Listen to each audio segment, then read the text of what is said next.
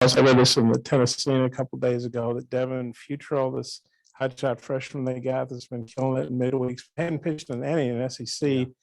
Vanderbilt had announced this, but sources at the Tennessee report he's going to start Friday night. I was wondering what you think of a guy, no matter how good his stuff is, his first SEC game's Friday night here in front of what figures to be a rowdy, tanked up crowd. And well, I'm sure they're preparing him mentally for that. I mean, he's pitching for one of the top programs in the country. His numbers are great. What is he, like 8-1? And the game he lost, they got beat 1-0 last week. So, he can pitch. He's left-handed, and he's awfully talented. And I mean, who's to say? Who's to say what's going on that end? I mean, our job is just to try to prepare to play good baseball and take on what's in front of us. I guess they're going to announce them today, apparently, but all their rotation, I guess. But what do you guys know about him? I mean, what makes him so good? Well, he throws strikes. I mean, you look at his strikeouts to walk. He walks maybe 5 or 6, 7 batters, and I don't know how many innings he's thrown, but I mean, when you got 9 decisions, that means he's pitching well into each game. I think last week against Louisville, I think he threw 4 or 5 innings.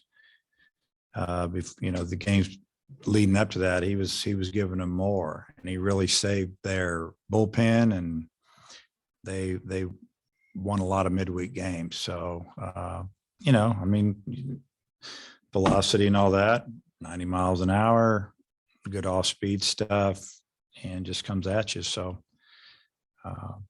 that's about all we know. And then just watching video. And their rotation, they lost 2 first-round draft picks, even though, Rocker didn't sign. But what do you think about their rotation? Now they've got another freshman, and then they've got, I guess, Holton, an older guy. The other freshman, Holton's a freshman. I mean, they've started Christian Little last week too. So they've got a lot of starting pitchers. They've got a lot of high draft choice. They have, they've got a good bullpen. They have a lot of velocity. And they've got a lot of talent on that pitching staff. So, they just keep coming at you. You just gotta fight them. What do you make of their lineup? And to have a guy like, I think, Bradfield, that's got a bunch of stolen bases, what kind of pressure can he put on you? Well, he's the best leadoff man in the country. Continues to get better and better as far as base running and stealing. Hasn't been thrown out this year, 30 plus stolen bases. He can bunt. He can work a walk. He's also showing power this year. I think he's got 6 home runs, something like that. And he's just a really, really good player. And then he's a top-notch center fielder too. He can cover a lot of ground. So he can put a lot of pressure on your defense. I think that showed up in their game the other night against Indiana State when he hit a 3-hopper to the second baseman with 1 out in like the 11th inning or whatever inning they end up winning the game. And he booted it on turf. And it was just a ball that I think he rushed it a little bit watching it. And, immediately stole second. They threw the ball into center field. It ended up in center field. And then they got a base hit and won the game. And it's, you gotta play the game right. And you got to have a clock in your head when he's up. That's for sure. And also, I think after this past Saturday's game, you mentioned that Hagen's velocity was down a little bit. Is there any concern with that at all? No, I think they got that worked out in his bullpen. He was just maybe getting a little bit. His mechanics weren't quite right, and I think they fixed it. Coach Hobbs was, very, I don't know how the word to use. He was just kind of excited about what he saw from Hagen's bullpen, and they made a few adjustments. So, yeah, it happens though, and it didn't matter if he's a freshman or a 5th-year senior. A lot of times when you get to this, point in the season, if you've thrown a lot of pitches, you're gonna have some of those days that you're down a couple miles an hour, and hopefully that will go away. We'll keep an eye on it. And Connor didn't throw as many pitches as he usually does this past weekend. You feel like it maybe refreshed him a little bit going into this weekend? Well, we talked about that in the dugout. I think he threw like 78 pitches or something along that line. And, we thought, let's take him out. They've got a 5-run lead at the time, and we'll rest him a little bit and get him ready for this weekend. And fortunately for us, we had some guys come and do a great job. We came back and won the game, and Connor got to save a few pitches. Bradfield, like you say, it's 34, but as a team, they're 70-79. What kind of pressure does that put on your defense? And they lead the league in stolen bases and sack bunts. So it sounds like they play some small ball. We've worked on it. We've worked on it. We know what their style is. They also have power too. I mean, they have a lot of talent. So they can beat you in a lot of ways offensively. They can get down the line, and they've got 4 or 5 guys that can steal a base, and they'll hit and run. They'll bunt. If it works, it can get you. If it doesn't, you can get some quick innings. So nothing's changed. That's they have a lot of good athletes. 392, Jones 386. Two guys, in their top 4, I guess. Not a whole lot of teams have 2 guys in over 385. What do you think of those 2 guys? I guess Really good. One hits right, one hits left. They both have power. They hit back to back in the order. Jones got 6 hits the other night and hit a couple of them really, really hard. And he also he's a big kid, but he can run. He beat out an infield hit in a crucial time. And man, you got 2 guys in the middle of your lineup almost hitting 400. That's a weapon. You just hope that when those guys are up, that you don't have too many on base or nobody on base. Coach, seems like Robert Moore hit the ball a little bit better last week than he has been. What have you seen from him this week, and you feel confident in him moving forward? Yeah. I like the way he's swinging it. I see a little bit more confident hitter at practice in the games. I think he's, feeling a lot better about it. In his defense, even really the last couple of weeks, when he has hit the ball hard, it seemed like it went at somebody. And, I've seen him kind of get frustrated, 2 weeks ago at home when he lined out and hit a hard ground ball right at somebody. And I think on Friday he hit a ball that no doubt would have been out of the park and would have given us a 2-1 lead. And it was caught at the fence because the wind was blowing in 25 miles an hour. But that's the way the game works. And but he got a big hit or 2 against Auburn, hit that 3-run homer to give us a big cushion. And I feel good about where he's at, and it's good to see that he's hung in there. He continues to work, and the batting average is a number that sometimes I wish we didn't have batting averages, but I guess I get it. I like that the fact that Robert's driven in like 39 runs, somewhere in there. And, he's still helping the team win. Will McIntyre did well last weekend. You plan on pitching him this weekend, and just how do you feel about him? Yeah, I thought he did great last week. I thought he threw pretty well against Missouri State. Just made one mistake on a 2-0 pitch, and then, he pitched 3 innings. We could have thrown him 3 more, but we knew that we were going to need him on the weekend, and we wanted to save him for Sunday. And I think, he went through their lineup, which is one of the best lineups that we faced. He went through it. I think he threw maybe 11 or 12 hitters and did really well. So we feel real good about him. And I don't know what his role will be, but, he pitched Friday. He would be, he pitched last Sunday. He would be available tomorrow if we needed him. No midweek games, and all hands on deck now. Just you don't save anybody. You just try to win the one that's in front of you. Dave, what's an injury update on Stovall? Would he be available? If so, do you plan to play him? And Lanzilli, now that might be facing more lefties. What do you think about him this weekend? Yes, first Stovall, he looks like he's good to go. He's swung the bat good yesterday, and I know Coach Thompson and him worked on a few things. Coach Warnes, they did a little extra and try to get him going, swinging the bat, with a little more authority. It looked good yesterday, fielded well, threw well. That fingernail still kind of messed up, but he seems to be fine throwing and hitting. He looks like he can grip the bat with that middle finger on his right hand, so he can, feel the bat a little better, have a little more power. And then as far as Lanzilli, I mean, he'll be in the lineup some this weekend. And then I hear they got some of these ones, the call-in ones, you might say. I guess it's gonna be Senior Day Saturday, and Matt was wanting to know about Isaac Bracken. Is he healthy, and maybe is there a role for him moving forward here late? Yeah, he'll be with us. Excuse me. I don't know if he'll be out there pitching. We have turned in a 27-man roster. We're definitely keeping him with us, and I don't know. That's a hard one to answer right now. I mean, is he healthy? Yeah. Okay. I know you got a lot of decisions you got to make, and then I guess, do you feel better about the offense? Last week you guys hit it pretty good.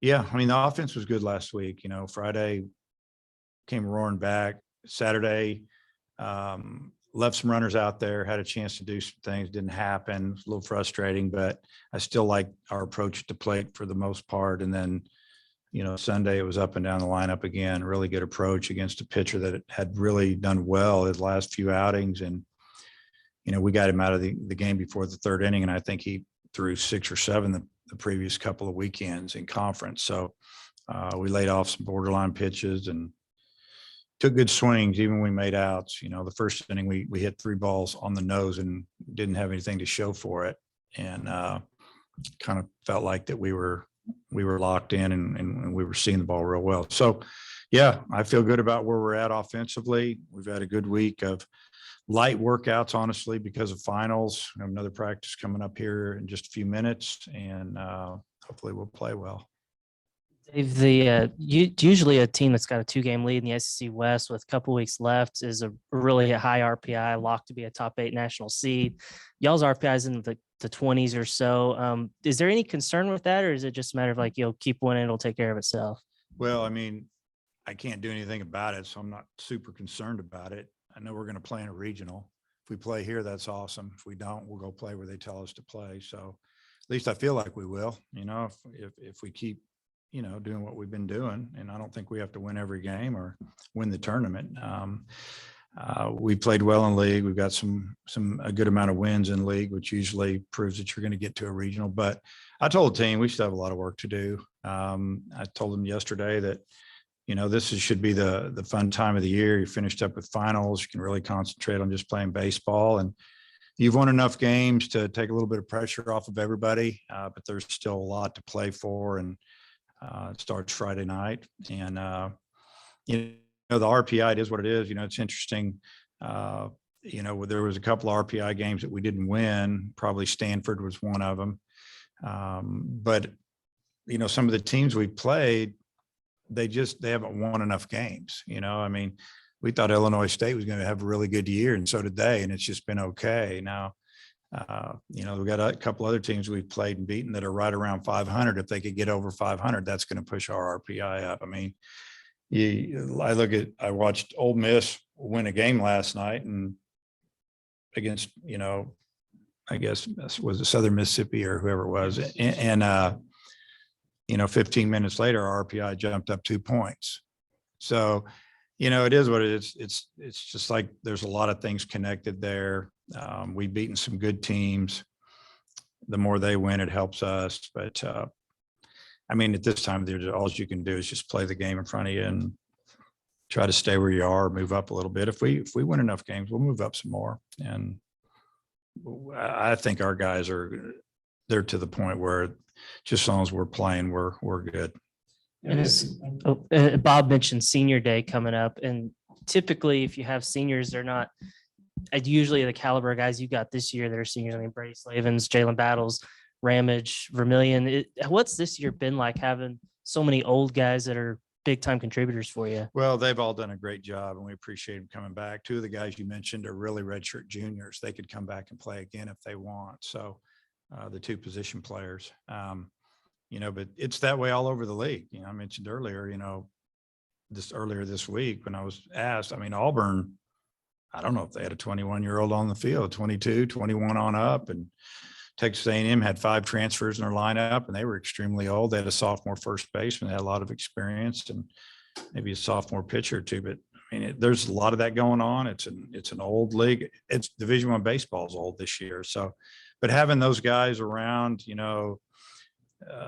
a couple years, and then a couple of those guys 4 or 5 years, you kind of know what you're getting as a coach and some stability there. But I'm proud of those guys for hanging in there, and they're going to get their degrees. I just talked to Jalen yesterday during practice, and he's getting real close to getting a degree. And it's exciting for those guys to know that, when they started school, and a lot of kids, they're young, they're just thinking about playing baseball, and you just take care of your business in the classroom, and before you know it, you can see the light at the end of the tunnel, and those guys are there. And it's like I told Jalen, I said, you finish this thing no matter if you play in the big leagues or not, because it'll open a lot of doors for you, and it's something that you can be proud of, and you're going to pass it on to your kids.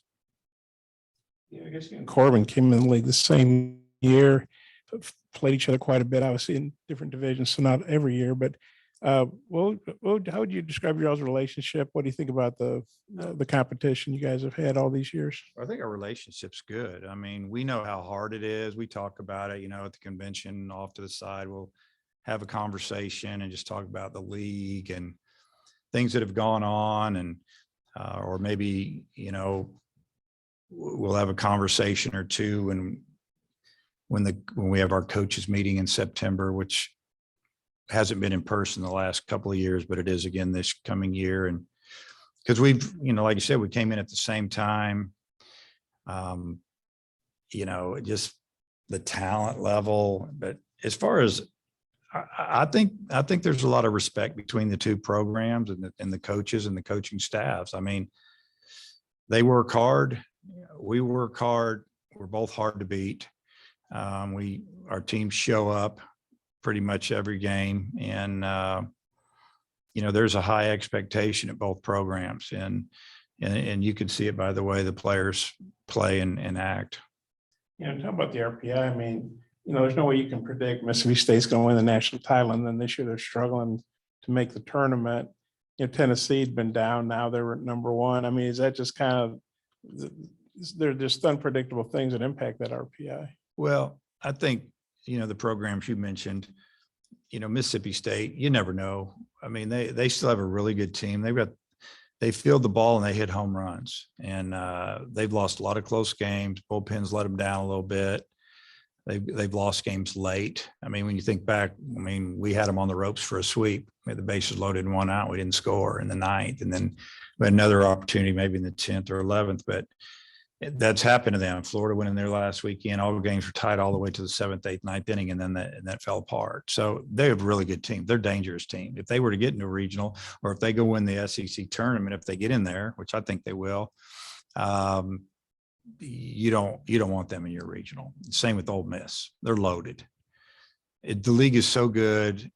It's flip a coin sometimes. The unexpected is going to happen. It's baseball. Have a bad weekend, ball doesn't bounce your way or whatever. But Tennessee, you got a really experienced team. You got a superstar in center field and right field. Left fielder is really good. You got their former left fielders, now their starting catcher. Their second baseman, who's tearing it up, has been there 4 or 5 years waiting to get his shot, and he's tearing it up. You could go on and on. First baseman, he's a 6th-year guy. We had trouble getting him out last year, and he's having a great year, 15, 16 home runs. And then you go to the arms. It's amazing. They've done a good job. A couple of them are young. A couple of them are JC guys. Some of them been in the program. And they've even had some injuries there, and they just keep bringing out another guy. So they brought in some good players. They've developed a lot of guys. They know how to coach. They know how to win. They're good. So I guess how'd they get there? A little bit of everything, but they put together that roster and did a great job. It's not your all's fault. You're not playing them. That's just the way the schedule falls. You're not playing Tennessee or Georgia. You're playing Missouri and Kentucky. But playing Vandy, that's going to help your RPI, whatever happens. Yeah. The schedule is what it is. Last year, we didn't play those guys. We played all the first place teams, and we beat them all. So it's just the way it is, whoever they put in front of you, that's who you got to try to beat that weekend. Is the way I look at it. Missouri's a tough team. Kentucky, they're really good. Tennessee found that out last week. I mean, it's weekend to weekend. And if you start as a team or coaches, you start looking at your opponent by the number it says by where they're in the standings, you're going to get beat. I truly believe that. Do you think there's some wiggle room with the committee where they can look at what you've done in the conference and say, you know what, your RPI doesn't really quite equate, but what you've done on the field is worthy of being in the top 8 or 9? It would seem like there should be some understanding because you're beating the teams that are on your Yeah. schedule. I think they get it. If we hang on to the Western Division, then I think that they'll take that into consideration. If we come in second, it might push us back. That's whatever. But there's some teams with some really good RPIs. If we beat 2 out of 3 or maybe 3 out of 3, and they're in the top 20, top 15, on the road at Auburn, they're 4th, and had a chance to win them all, had a chance to lose them all. I mean, it's just the way it works. So that's what I would guess. They look at everything and they see that some of the teams that we played didn't have good years or, didn't finish 500, but we took care of business. We just took care of what was in front of us. I mean, going forward, as far as scheduling, we're still going to play certain teams, but maybe we don't play them twice in a year. Then you got to find some people to come play in April here, or you have to go on the road between SEC games. It's a little tough. Most teams in our league, they don't travel too much in April. And, so it is what it is. Next year we open up or second weekend, maybe first week, we've opened up in Arlington again. There's a couple of good RPI games there we can knock down if we can win them. So it's year to year. But I feel like that, we handle ourselves in league that speaks volumes. The Indy's 10-6 on the road. I think their last 2 road series, they won 2 of 3 Kentucky, 2 of 3 at Georgia. What do you think about them as a road team? Well, they've done well. I think sometimes when you've got really good pitching, it doesn't matter where you play, you're going to have a chance to win every game. And I know they had a game that got away from them in game 2 at Georgia after winning game 1. And then they got after it, on Sunday, and it showed a lot about their team because I know they made some errors. They don't make very many errors, and the game got away from them, but they fought back and won. So obviously once you've done it, you feel like you can do it again. That's probably the way they feel. And, they probably looked at their schedule a few weeks ago and they probably rallied the troops and said, hey, we're going to Georgia. We're going to Arkansas, and we finished with LSU. You guys ready? I mean, that's what you do. You go play baseball. Thanks, Coach. Okay.